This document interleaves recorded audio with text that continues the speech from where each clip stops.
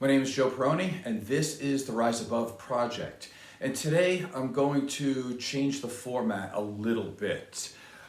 What's been heavy on my mind the last week or so is The Who. Is this a little too much for today? But as you can see, so The Who just finished their North American tour. It's within the realm of possibility that this is their last show. Why? Because Roger Daltrey's 78 years old and Peter Townsend is 77 years old. So I really wanted to talk about that today. But first, let me start with this. One of the things that inspired this show today was somebody I met at the last show on November 5th. And it was this young man named Benjamin Silva. And so with that, I'm going to read his story a little bit later.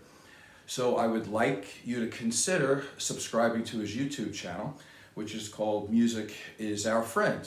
And I took a look at it already, and there's some really cool things on there. So I would like you to take a look at that. So with that, The Who's tour, it was called The Who Hits Back, which I think is a great title considering after COVID, right? And so obviously The Who is hitting back. I saw them 4 times on this tour. The first time was on May 5th in Dallas. Then I saw them October 26th in Sacramento. Then at the Dolby Live in Las Vegas, November 4th and 5th. And as usual, this is very difficult for me because I love The Who. Because first of all, I love music in general, but music to me is like here. Everybody is like, even the best of the best are here. And The Who to me is at such a different level. I've connected to them at such a young age. I was about 10 years old. And their music to me is so different. They don't do what other people do. So if you want to hear that style of music, you can only get it from them. And over the years, I've seen them, I think about 25 times now. And, as I'm thinking over this, again, it always seems like there's always this tinge of sadness when they end a tour. Because for some reason, obviously they've had a lot of turmoil. Keith Moon died, John Entwistle died, and everybody thinks the band's going to stop at all these different times. And even by, as far back as 1975 or so, people were talking about how they weren't going to continue. And then they definitely thought they weren't going to continue after Keith Moon's death. And it's just been time and time again how everything about The Who has always been like, are they too old? The Who by Numbers album is all about them facing middle age and that they might be too old for the music business. And I was only 10 at that time. And then when they announced the shows in 1982, of course, they called it a farewell tour. Good thing for me that they've been playing for like the next 40 years. So I want to go over this a little bit. So the first time I saw The Who was in 1979 at Madison Square Garden, New York City. And one of the great things about not just the listening to the music, but it's being around like-minded people and just having the experience of going to the shows. And the one in 1979, I was 14 years old. And one of the things I really remember, obviously besides the show itself, was that my mother and father took me and my sister, and we were a family. And I love that because my mother and father were actually having a good time together. And by that time, they had been divorced, for like 9 years already, something like that. And so they were never together, and I never saw them have a good time together, except for like this night. So I remember all that. I also saw The Who in 1982 at Shea Stadium. They did a couple of nights at Shea Stadium. One of the things I remember about that, besides being a great show, is that I have, let's say, the experience of my age. Because when you look back at music and you start looking at the history, it's not all true. I was there. When you look back at the 80s, everybody wants to talk about these hair bands and, bands like Iron Maiden and Judas Priest. And I saw all these bands, no doubt. They were great. Judas Priest sold out Madison Square Garden. Iron Maiden sold out Madison Square Garden. Me and my sister had front row for one of their shows there. But the thing is, though, bands like The Who and the Rolling Stones were considered to be old and these dinosaurs. But don't let anybody tell you that they weren't super popular. Because while these big supposed 80s bands were selling out these big places, The Who immediately sold out Shea Stadium. And they did all of the whole tour was all these massive stadiums that Guns N' Roses, Metallica, these types of bands that were supposedly the it bands in the 80s, they couldn't sell out these places. So don't let anybody tell you any different. I was there. And the cool thing about back then in 1982, I was a high school senior. And I remember there was a rumor that The Who might play. And just the rumor itself caused hundreds, if I remember right, there were probably a couple of thousand people at the mall because there were no computers then. You couldn't just type in to a computer or on your phone to get tickets from Ticketmaster. You had to wait it out. And so we went there, oh God, I don't know, 36 hours, 24 hours before we thought that the show might go on sale because we had no idea it was actually going to go on sale. There was just a rumor of it. And so I remember staying out all night, and sometimes there would be a parent or two come by and drop off food or water because we needed to hold our place in line. And we just listened to music all night long.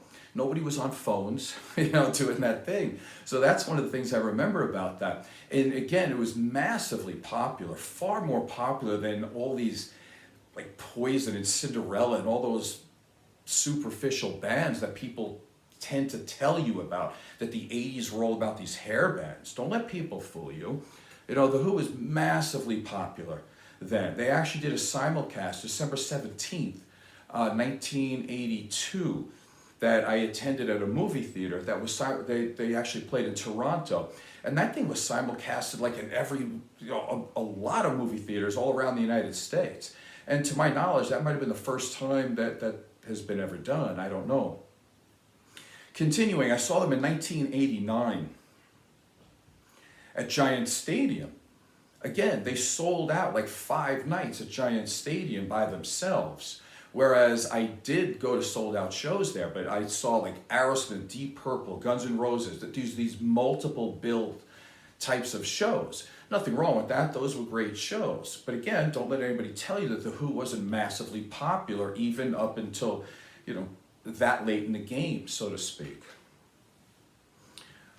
One of the things, as I look back, as an older guy now, I've been in many bodybuilding shows. I spent most of my life, about over 30 years as a personal trainer. Again, I've won so many bodybuilding shows, I don't even know how many at this point. And a lot of people at some point, they'll ask me, they'll say, who is your idol? They figured it was Arnold Schwarzenegger. And I would say, no, it wasn't Arnold Schwarzenegger. If I had a few, it would be somebody like, say, Lou Ferrigno, because he was from New York and he was Italian. I like Franco Colombo, because again, he was Italian. I liked Lee Labrada. He was my height. But that wasn't totally true. Before that, before I was even into that part of bodybuilding, I remember my mom, when she took me to go see the movie Woodstock, which is like a 3-hour movie. And I saw Roger Daltrey for the first time. And I thought, wow, his masculinity, and he was so muscular, and he had so much charisma, and he commanded the stage, that I was like, you know what, I don't have any talent. I can't sing, I suck, I can't play music either. I try, but I'm not good. But I was a great athlete. And so he was really my idol for bodybuilding, not just for the musculature, but for being able to command a stage and do it in a very powerful way. And it was very important to me, so I really grew up with that. I mean, no disrespect, and I don't mean to hurt anybody's feelings, but a band like the Beatles to me seemed not dangerous at all. They seemed to be neutered. I looked at somebody like Paul McCartney, and I didn't see him as being masculine. You have to remember, at a very young age, I was playing football, I was wrestling, I was boxing, I was into bodybuilding, very masculine stuff, very combative. And Paul McCartney, George Harrison, John Lennon, nah. Very, very soft. They just didn't do it for me. Nothing. Look at Led Zeppelin. Again, their lyrics sounds like a 5-year-old wrote it. Very childlike. So I I didn't really get that. But with The Who, with rock operas, being okay with talking about the difficulty of growing up in adolescence, childhood trauma. These things were big issues. And I thought, oh my God, like, can you really talk about this in music and still be strong and masculine and tough and then show emotion and caring at the same time? It was very interesting to me. So Led Zeppelin was very flimsy, superficial for me. Then I took a look at Robert Plant. Again, nothing that I want to hurt anybody's feelings out there, but his high-pitched voice, very feminine to me. His motions, let's say, on stage, very feminine. Kind of like, again, with the Rolling Stones, with Mick Jagger. The Rolling Stones, again, they didn't seem, like Charlie Watts is a great drummer, but it looked like he was playing on a little kid set. Whereas when you see somebody like Keith Moon, you're like, oh my God, that's it. That's the goods. Like, I want to see some guy go crazy. I want to see this massive drum set like he had. And again, looking at Mick Jagger, like, to me, he looked more like acting like the barking and his chicken thing. He was feminine. He seemed more like a cheerleader than somebody that I would respect as a football player type of guy. And again, between him and Robert Plant, I didn't get it. And the same thing with Queen, as they were coming up, is just, I liked Roger Daltrey, swinging that microphone, being able to be everything, having the whole palette of human emotion as a man, which was really important to me. And it must be important to a lot of men too, because it seems so funny that when you go to a Who show, you're surrounded by, it's not 50-50 with men and women. It seems to be like 75 to 25, that there's much more masculinity in there. And Peter Townsend does make mention of this a lot. And as you can see here, it's not just an arrow, that's the male symbol, and there's a reason for that. So they mean a lot to me. I went to so many, about 25 shows or so if I add it all up. In 2002, I believe it was June 27th, I had tickets for the Hard Rock Cafe in Las Vegas to see The Who, and John Entwistle had died the night before. And I did go to I guess you would call it a memorial service, because they opened up the Hard Rock and you were allowed to go in.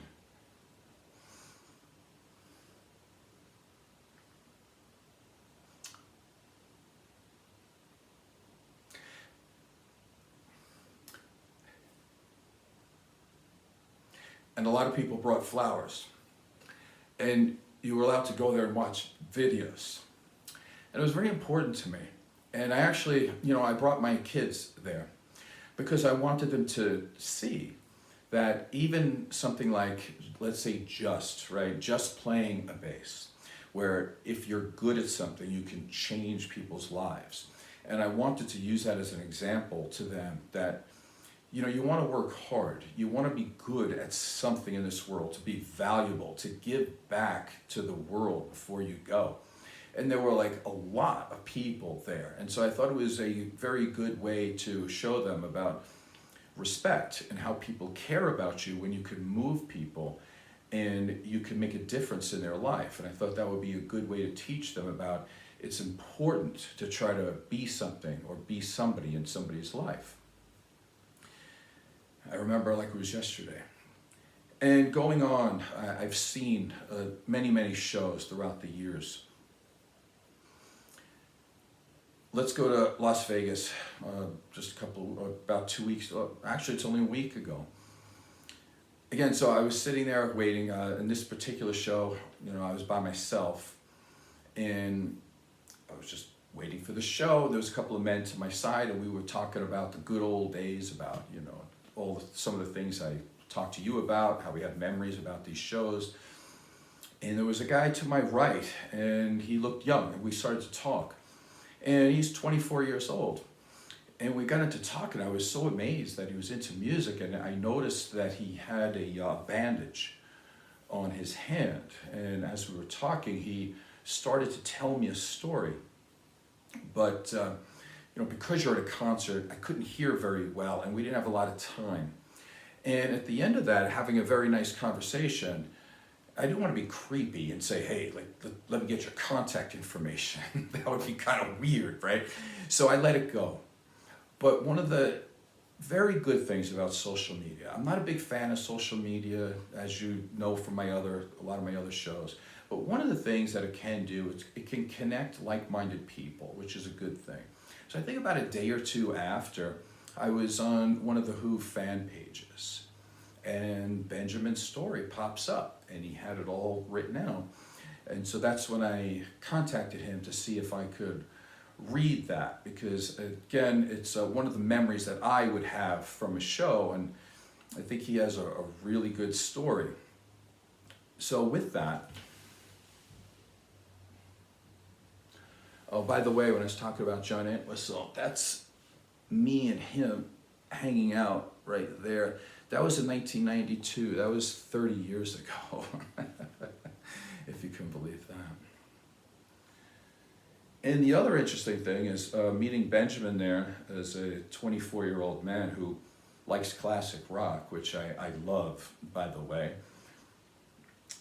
Here's the picture of us.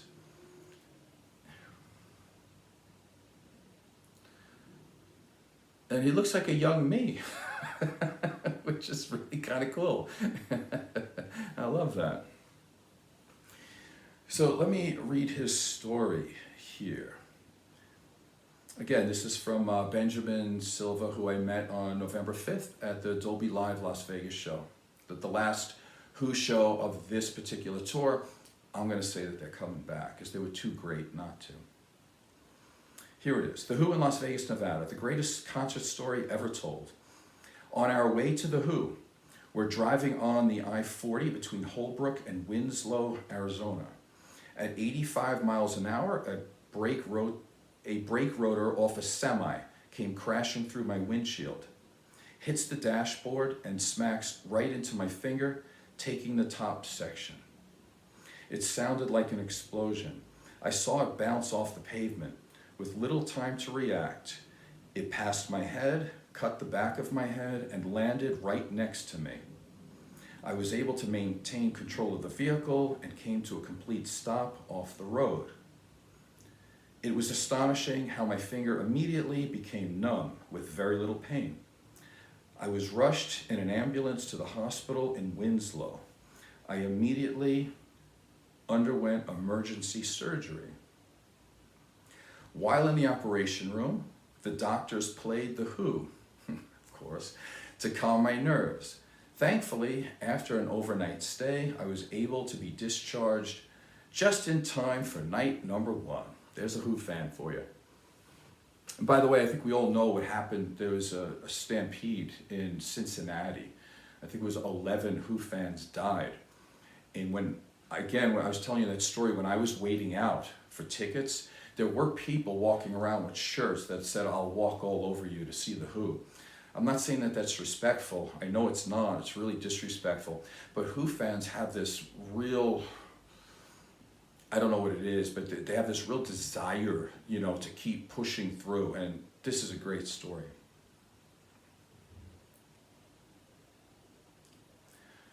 Let's see. Thankfully, after an overnight stay, I was able to be discharged just in time for night number 1.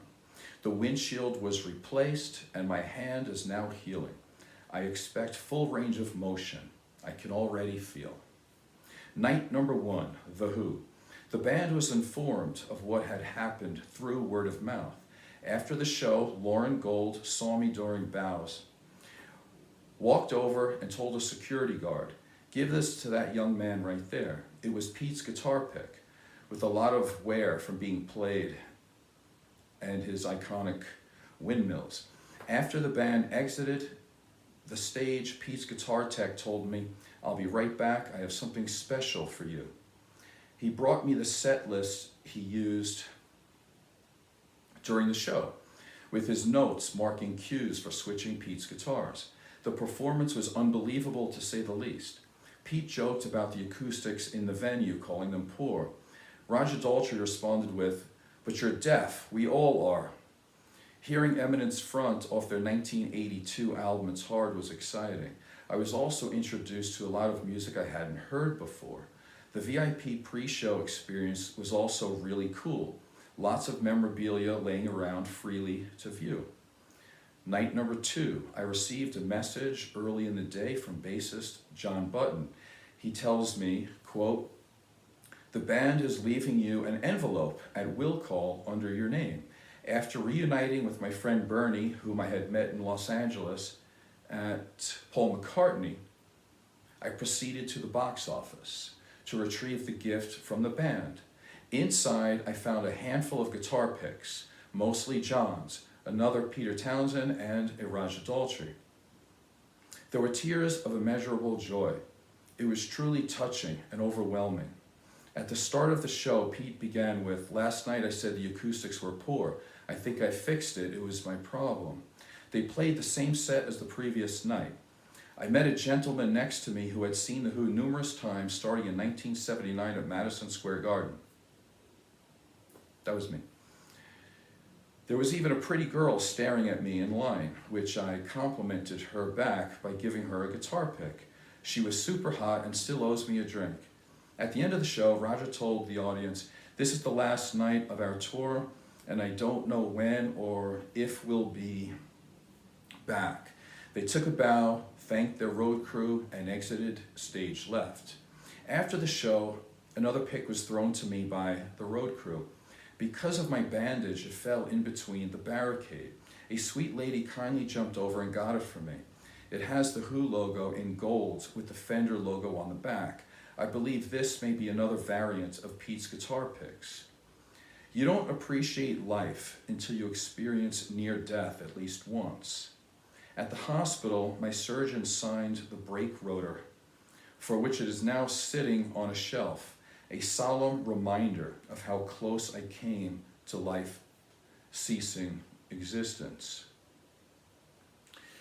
Again, a great story there, and I'm glad I met this young man there. Again, he inspired the show today. And it brought back some memories for me of how many times and how important The Who has been to me over the years. Again, real quick, going over some of my bodybuilding.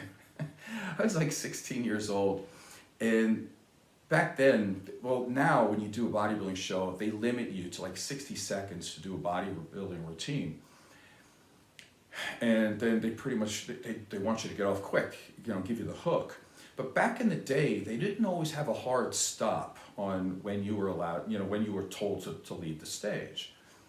So at 16 years old, with very little development on me, but wanting to be like Roger Daltrey, I would go out there and pose to a whole Who song. And I'm talking like, I would push those routines to 3.5, 4 minutes long. And I don't know what it would have been like to have been in the audience to watch this undeveloped kid who really wasn't a good bodybuilder yet, but he had the heart and he had the drive, and he was trying to be Roger Daltrey, and he was trying to throw in the whole dynamics of the windmill and everything else, and he was trying to mold bodybuilding with music. And I don't know if it was the time frame or if they just thought, wow, what a cute kid trying. But nobody ever kicked me off the stage. It was kind of funny. Like, I must have had like the longest routines ever. Again, one more time, the show is inspired by Benjamin Silva, who I met, a great kid, and I'm glad that there's 24-year-olds out there still having open minds and willingness to listen to real music, actually. Again, his YouTube channel is called Music is Our Friend, and consider subscribing there. And by the way, my name is Joe Peroni. This is the Rise Above Project. Please subscribe and tell a friend. Thank you.